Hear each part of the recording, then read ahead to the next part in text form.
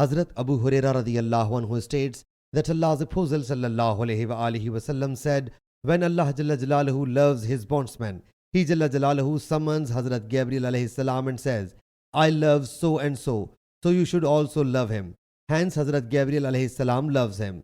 Then Hazrat Gabriel alayhi salam announced in the heavens that Allah Jalla Jalaluhu loves so and so you should also love him. The heaven dwellers whereupon love him, and then his acceptance spreads in the earth. And when Allah Jalla Jalaluhu holds malice against any person, He Jalla Jalaluhu summons Hazrat Gabriel alayhi salam and said, I hold malice against so and so. You should also harbor grudge against him. So Hazrat Gabriel alayhi salam nestles grudge against him. He alayhi salam then announces among the heaven dwellers that Allah Jalla Jalaluhu holds grudge against so and so you should also nestle grudge against him.